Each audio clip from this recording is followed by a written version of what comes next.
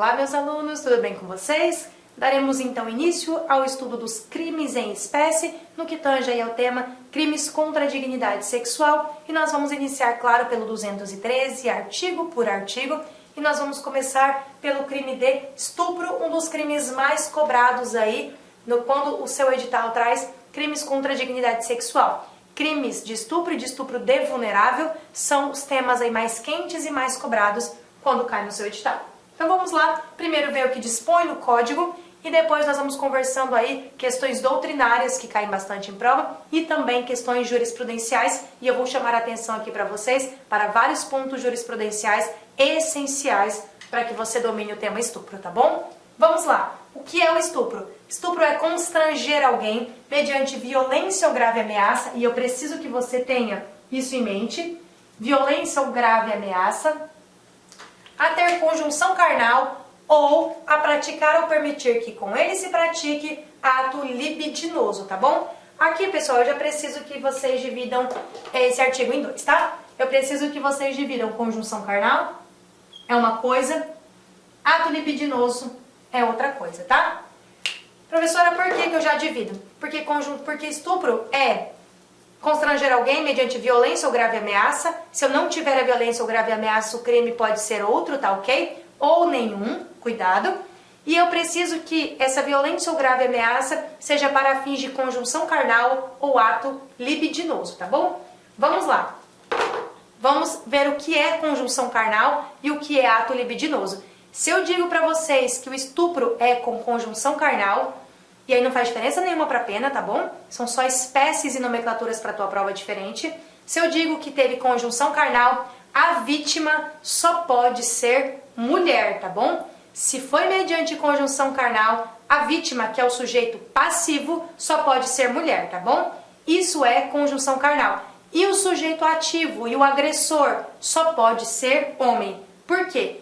Conjunção carnal só existe quando eu tenho cópula, pênis, vagina. Justamente por isso que eu tenho um sujeito passivo que só pode ser homem, e um sujeito ativo que só pode ser homem, e um sujeito passivo que está recebendo a conduta que só pode ser mulher. Justamente pela necessidade da cópula, pênis e vagina, tá bom? Agora, pode ter um estupro de homem com homem, mulher com mulher, sem problema nenhum, mas não será por conjunção carnal, será por qualquer outro ato libidinoso, tá bom? Qualquer outro. Pode ser por passar a mão, professora, já é estupro? Já pode ser considerado estupro a depender, então, do caso concreto e das especificidades aqui do 213, tá? Mas sim, pode ser considerado. Nós vamos estudar o beijo lascivo, que foi uma questão jurisprudencial.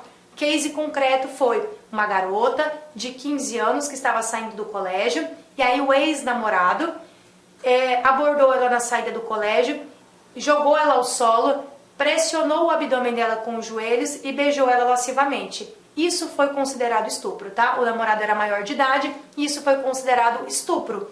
Por quê? Ele, mediante violência ou grave ameaça, porque imagina, isso é uma violência, jogar a pessoa ao solo, pressionar o abdômen da pessoa com os joelhos, isso é violência, tá? Com violência ou grave ameaça, ele constrangeu essa moça a um ato libidinoso. Qual seja o ato libidinoso? Um beijo lascivo, tá bom? Isso foi considerado estupro. Então, cuidado com a questão do beijo lascivo. O beijo lascivo é sim considerado estupro, inclusive para este caso concreto, tá? Então, eu tenho a princípio que o 213 é a prática com violência ou grave ameaça para conjunção carnal, e aí conjunção carnal, se cair na sua prova, tem que ser necessariamente homem e mulher, tá? Não tem outra solução, não tem outra hipótese. Que se pratique conjunção carnal ou qualquer outro ato libidinoso, e aí pode ser ambos os sexos sem problema nenhum. Maravilha, a pena de reclusão de 6 a 10 anos, tá bom? Parágrafo 1º. Se da conduta resulta lesão corporal de natureza grave, ou se a vítima é menor de 18, tá? E maior de 14 anos, eu já tenho uma pena de 8 a 12. Professora, por que fala entre 18 e 14? Porque para que eu considere aí esta conduta mais grave, eu estou levando em consideração vítima entre 14 e 18 anos. Beleza? Depois dos 18 é estupro? Claro que é. Só que eu estou levando em consideração uma forma mais grave para vítimas entre 14 e 18 anos, tá ok? Se resultar morte, de 12 a 30 anos, tá? Se do estupro vem a morte, pena de 12 a 30 anos. Maravilha! Então vamos lá ver as questões que eu preciso que vocês levem para a sua prova. Diferença de estupro para atentado violento ao pudor. Professora, como eu diferencio um estupro de um atentado violento ao pudor? É isso que eu preciso que vocês saibam, tá? O atentado violento ao pudor, ele não existe mais. Ele foi extinto ali do Código Penal, tá ok? O atentado violento ao pudor não existe mais. Então vamos lá. Na redação original lá do Código Penal, eu tinha dois tipos penais. Eu tinha estupro e eu tinha atentado violento ao pudor. Maravilha! Só que lá em 2009, quando nós fizemos aquela reforma e tiramos aquela nomenclatura de crime contra os costumes e colocamos crime contra a dignidade sexual, esse atentado violento ao pudor foi extinto do Código Penal. Ele não existe mais, tá ok? Por quê? Porque para ser estupro antigamente, eu precisava necessariamente da cópula pênis-vagina para ser estupro. Ato libidinoso não era estupro. Ato libidinoso, no exemplo do beijo lascivo, era atentado violento ao pudor. Tá ok? Aí, em 2009, com a reforma, nós tiramos o atentado violento ao pudor e estupro se tornou conjunção carnal ou qualquer outro ato libidinoso.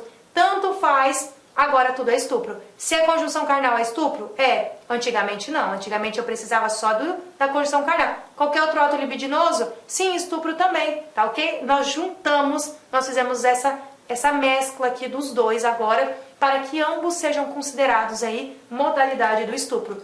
Antes de 2009 era só conjunção carnal. Não se falava em ato libidinoso como estupro. Ato libidinoso era atentado violento ao pudor. Maravilha!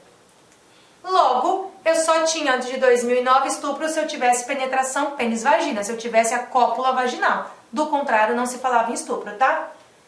Aí, sobrava o que para atentado violento ao pudor? Os atos, então, de libidinagem, tá bom? Exemplo de ato de libidinagem. Eu dei exemplo lá do beijo lascivo, que é um exemplo que vem caindo muito em prova por conta do case do STF. Mas pode ser sexo anal, tá ok? Isso era só atentado violento ao pudor, isso não era estupro, já que não tinha pênis e vagina. Então, sexo anal, sexo oral, introdução do dedo na vagina da vítima ou de objetos na vagina da vítima, tá ok? Isso tudo era ato libidinoso e não estupro. Hoje, sexo anal, estupro. Sexo oral, é estupro. Introdução de qualquer objeto na vagina da vítima ou no ânus da vítima, estupro. É tudo estupro. Hoje nós resumimos qualquer ato de libidinagem em estupro, tá ok?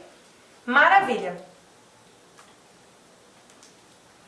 Então, a pergunta é, que cai em prova, tá? Em relação ao crime de atentado, e cai bastante, em relação ao crime de atentado violento ao pudor, houve abolício crimes, ou seja, extinguiu a penalidade, extinguiu o crime e todos os condenados foram beneficiados por isso, ou quem estava respondendo à ação penal por atentado violento ao pudor, já que nós retiramos esse tipo aí do Código Penal? A resposta é não, tá, pessoal?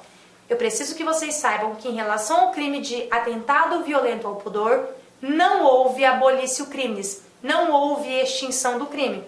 Tá, professora, então se não houve extinção do crime, quem estava respondendo pelo crime de atentado violento ao pudor continua respondendo por atentado violento ao pudor, mesmo não existindo mais o crime? Perfeito, é isso mesmo. Sabe por quê? O que aconteceu foi apenas uma coisa que nós chamamos, que cai em prova, que eu preciso que você anote no seu caderno, que foi a continuidade típico-normativa, tá ok? Esse é o nome do instituto que aconteceu. Continuidade típico-normativa. O que acontece? Aqui, ó, nós tínhamos atentado violento ao pudor. E aqui nós tínhamos estupro, tá? Estupro era só conjunção carnal. Se eu falasse atentado violento ao pudor, era ato libidinoso. O que nós fizemos? Colocamos algo aqui no meio. Ou seja, nós unimos os dois, tá ok? O que eu fiz? Eu peguei a roupa do atentado violento ao pudor e vesti ela dentro do estupro. Perceba, as condutas mudaram, eu deixei de punir a conduta? Não, eu só vesti a roupa do atentado violento ao pudor, eu vesti ela dentro do estupro, tá ok? Isso é continuidade típico-normativa. Eu apenas mudei pra cá a conduta. Eu peguei toda a conduta do atentado violento ao pudor e migrei para dentro do estupro, virando um único tipo penal, tá bom? Claro, A pena do atentado violento ao pudor, menor? Sim. Então agora eu vou aplicar a lei mais grave? Não, eu não vou aplicar a lei mais grave. Até porque em direito penal a lei só retroage para beneficiar o réu. Eu nunca agravo a situação do réu. O nome agora é estupro, maravilha, não faz diferença nenhuma de atentado violento ao pudor para estupro, porque a conduta continua a mesma, eu narro a mesma conduta, o que mudou foi só a roupa, tá ok? Eu só tirei a roupa de lá e vesti aqui. E vai continuar respondendo com essa pena aqui, que é mais branda, tá bom?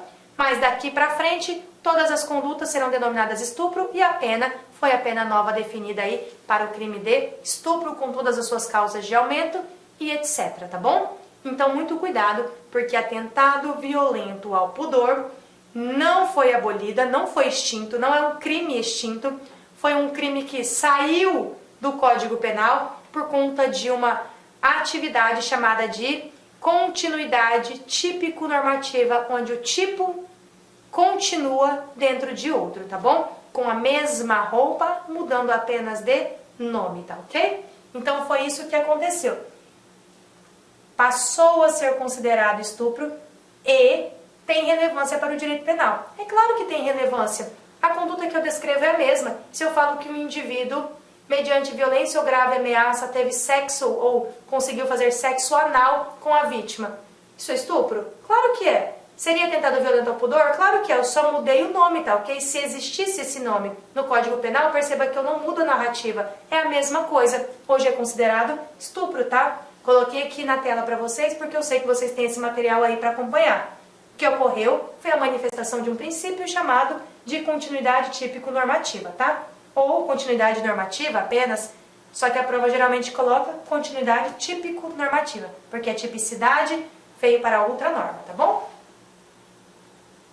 Bora lá. STF diz que quando se manifesta o princípio da continuidade normativa ou continuidade típico-normativa, acontece uma transmutação ou uma mutação geográfica ou topográfica do tipo penal. O que acontece? O tipo penal ainda continua válido, eu só mudo a topografia dele, eu só tiro ele de onde ele estava e coloco ele em outro lugar, mudando então essa roupa, mudando então este nome, tá bom? Isso é a continuidade típica normativa e eu coloquei aqui o que o STF diz sobre isso, tá? Se por acaso cair na sua prova que a continuidade típica normativa é uma transmutação, uma mutação topográfica, maravilha, é isso mesmo. É uma transmutação ou mutação topográfica ou gráfica ou um deslocamento do tipo penal para outro, tá ok? Sem mudar, portanto, a narrativa da conduta, que continua sendo a prática de ato libidinoso mediante violência ou grave ameaça, tá bom? Vamos lá. O que acontece aqui, pessoal? Alguém, esqueceu de mexer no Código Penal Militar, tá? Foi alterado, então, o Código Penal de 1940, mas eles esqueceram de alterar o Código Penal Militar. Então, atentado violento ao pudor existe no ordenamento jurídico? Sim, o atentado violento ao pudor existe dentro do Código Penal Militar. Mas, professora, revogou um, não revogou no outro, não vale para os dois? Não, pessoal, a lei só pode ser revogada por outra lei. Se não mexeram no Código Penal Militar, lá no Código Penal Militar existe atentado violento ao pudor, tá? Porque eu necessariamente preciso de uma lei para que ele saia de dentro do Código Penal Militar, tá bom? Bora lá! Estupro e crime hediondo. Estupro é considerado hediondo, sim, por expressa previsão na lei de crimes hediondos. Se você abre no seu caderno aí, se você abre no seu código, o 213, não tem lugar nenhum do 213 falando isso aqui é um crime hediondo. Não existe. Ele é considerado e classificado como hediondo por expressa previsão da lei dos crimes hediondos. Ela elenca essa conduta como grave, tá ok? Ao ponto de tutelar ou de ter sob sua égide aí este crime, para proteger então as vítimas, dando um tratamento mais rigoroso ao criminoso, tá bom?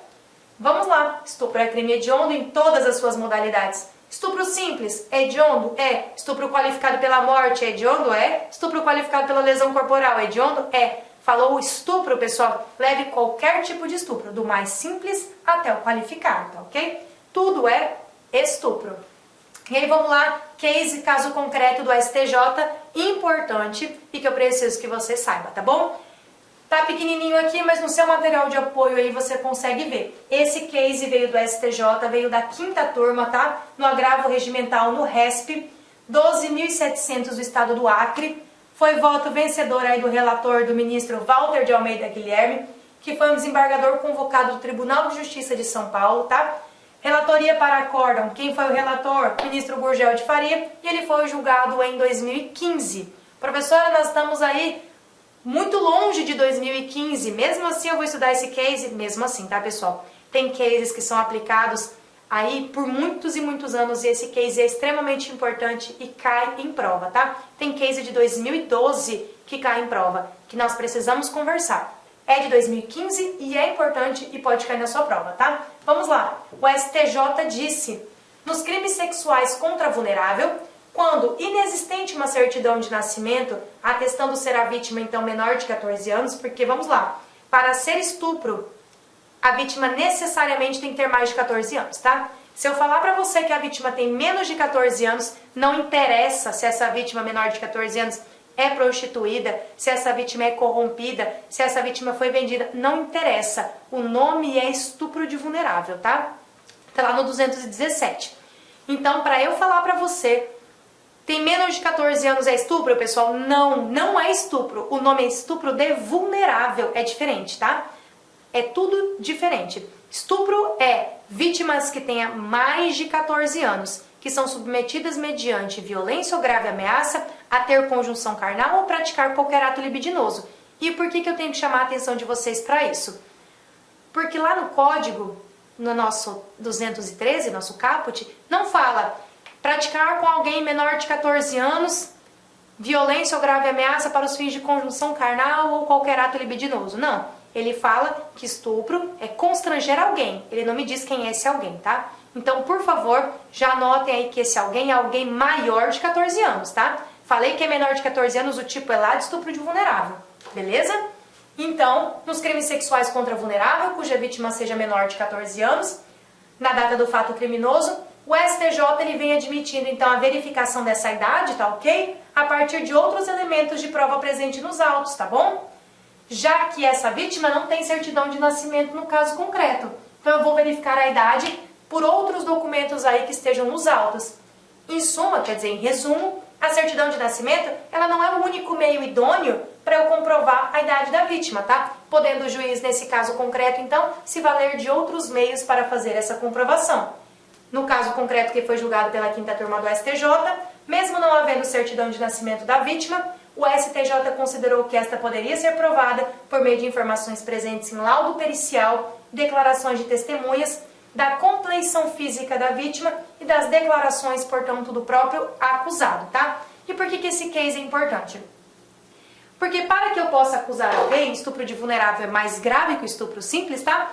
Para que eu possa acusar alguém de estupro ou de estupro de vulnerável, eu preciso primeiro, a prioristicamente, eu preciso provar a idade da vítima, tá? Ah, a vítima tem mais de 14 anos. Maravilha, estupro. A vítima é menor de 14 anos, não me interessa mais nada. É estupro de vulnerável, tá? Dentre as condições, estupro de vulnerável.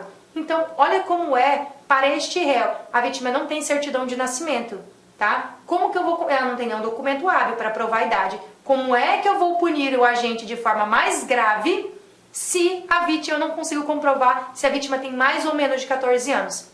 Então, em tese, em direito penal, nós sempre beneficiamos o réu, não é assim? Se esse caso cair para você na prova e você levar a ideia de que em direito penal nós sempre beneficiamos o réu, que é a ideia correta mesmo e é a nossa regra, em direito penal sempre vamos beneficiar o réu. Na dúvida, beneficiamos o réu. Inclusive, nós temos princípio chamado de indúbio pro réu. Na dúvida, né, vamos beneficiar o réu. Maravilha.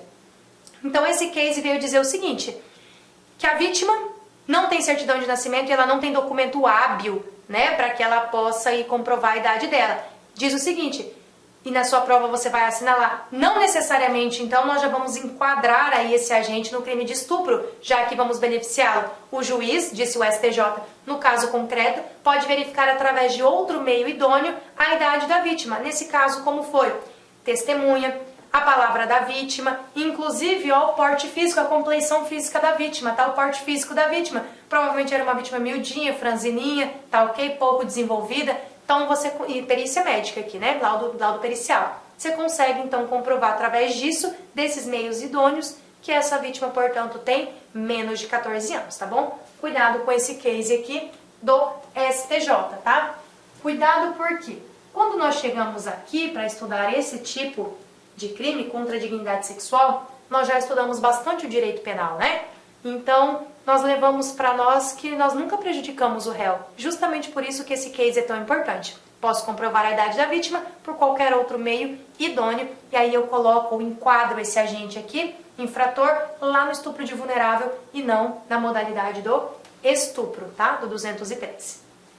Maravilha, objetividade jurídica, tá? Estupro é um crime considerado como pluriofensivo, tá bom? Por que pluriofensivo? Porque ele atinge 2 ou mais bens jurídicos, tá? É um crime contra a dignidade sexual, beleza? Liberdade sexual e também atinge a integridade física se for praticado então com violência ou atinge a liberdade individual quando ele é praticado com grave ameaça. Justamente por isso que ele é pluriofensivo. Ofende além da dignidade sexual, aí a integridade física no caso de violência ou também a sua liberdade individual no caso aí de grave ameaça, que não tem a violência, tá? Outra atualização feita em 17 de dezembro de 2021, que eu preciso que vocês conheçam, tá?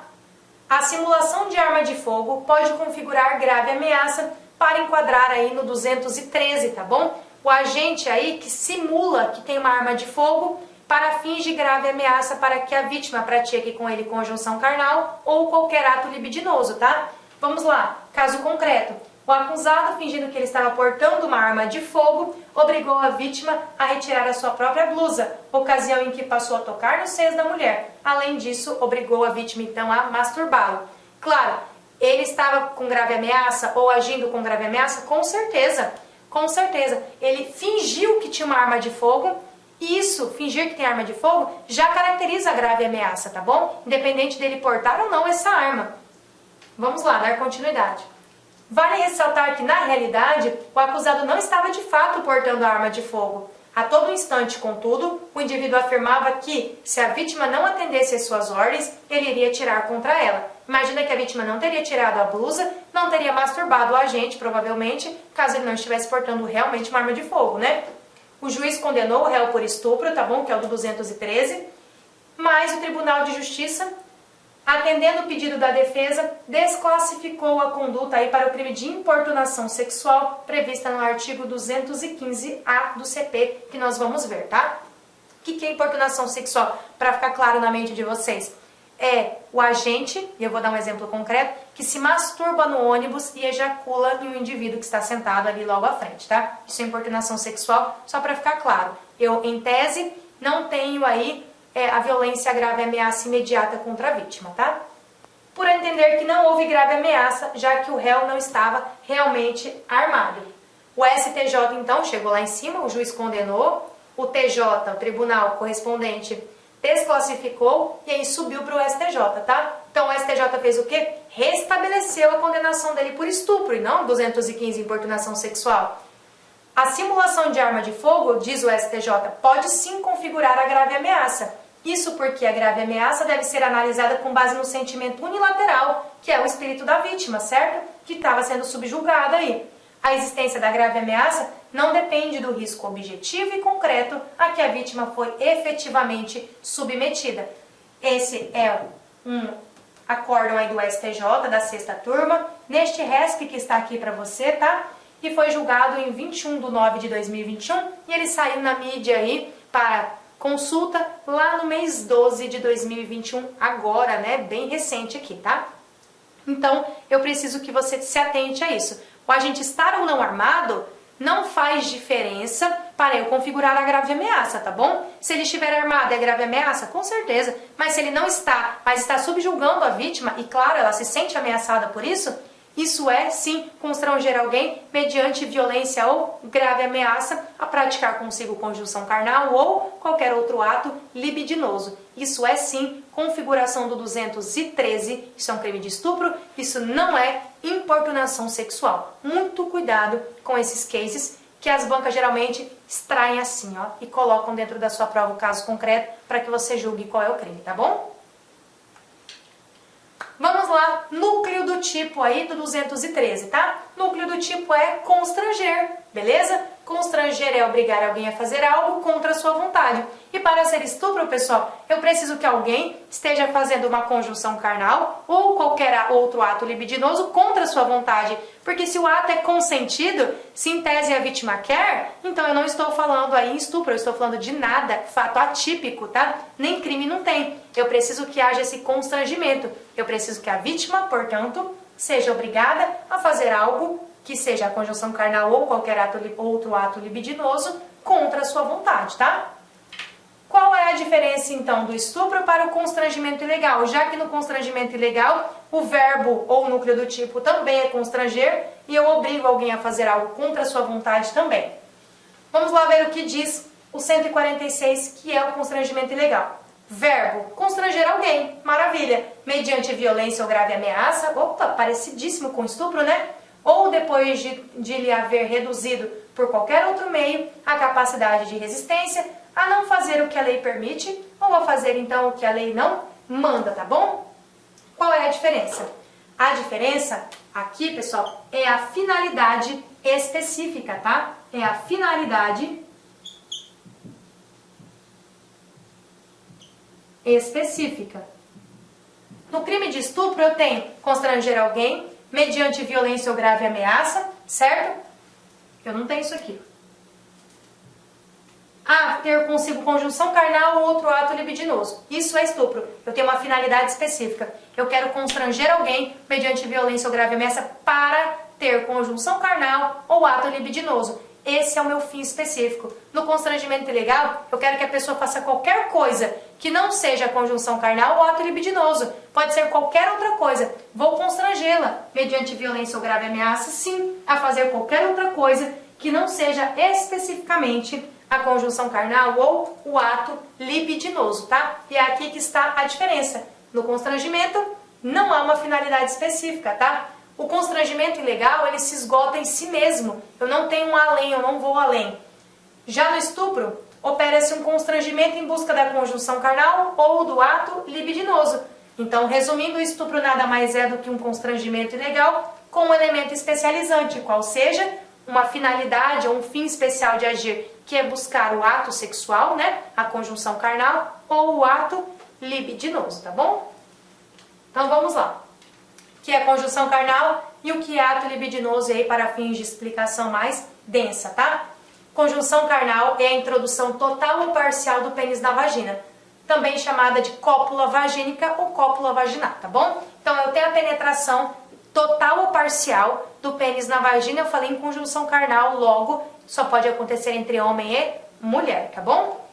Falei ato libidinoso, eu estou falando qualquer ato com conotação sexual. Sexo oral, anal, toques íntimos, masturbação, tá ok? Qualquer outro. A conjunção carnal é o ato libidinoso por excelência, claro, né? É o fim especial aí. Na conjunção carnal, o Código Penal optou por uma interpretação mais restritiva, quer dizer apenas homem e mulher, tá bom? Vamos lá, explicar a decisão então do STF aí em relação ao beijo lascivo, tá? No crime de estupro, a vítima ela é coagida, ela é obrigada a realizar o ato sexual, ela não quer. Ela é obrigada, ela é constrangida a fazer o que ela não quer, mediante violência ou grave ameaça. E o que ela não quer e que o agente busca é a conjunção carnal ou o ato libidinoso, tá bom? Então vamos lá. A premissa do crime, portanto, é o dissenso da vítima. O que é dissenso? Contrário de consenso, ela não quer, tá bom? Isto é, que o ato seja realizado, então, contra a sua vontade, ela não quer. O dissentimento da vítima é elementar do crime. Claro que ele é elementar. Se a vítima quer, fato atípico, eu não tenho crime, tá bom? Se tiver aí consentimento do ofendido, é uma excludente da própria tipicidade. Se ele quer, nem crime eu tenho. Olá, meus amigos, minhas amigas. Inicialmente eu peço licença a vocês, mas esse vídeo é um vídeo demonstrativo do nosso site lá, Concursos, com a intenção das pessoas, nossos futuros alunos, conhecer a nossa metodologia e conhecer, claro, a qualidade do nosso curso. Você quer fazer esse nosso curso completo, atualizado, ponto a ponto, curso bastante enxuto, um curso que eu tenho certeza absoluta, se você estudar pelo nosso material, no nosso material irá constar 100% de sua prova. Pode ter certeza disso. Sabe quanto que está o investimento? Parcela única de apenas, olha aí, R$ 149,90. Vai lá, investe lá um pouco no seu conteúdo. Eu sei que aqui na internet, no YouTube, é de graça, tudo bem, a gente coloca esse vídeo aí sem problema nenhum, mas quer estudar, quer ter uma coordenação, vem fazer parte do nosso Personal Coach, que é o estudo em regime de metas. Aqui não são todas as aulas, não, lá tem outras aulas importantíssimas. Tudo bem? Então venha estudar com a gente, tem um link de matrícula aqui. Qualquer coisa, você pode entrar em contato com a nossa central de atendimento. Espero vocês aqui na Lá Concurso. Forte abraço, fique com Deus, tchau, tchau.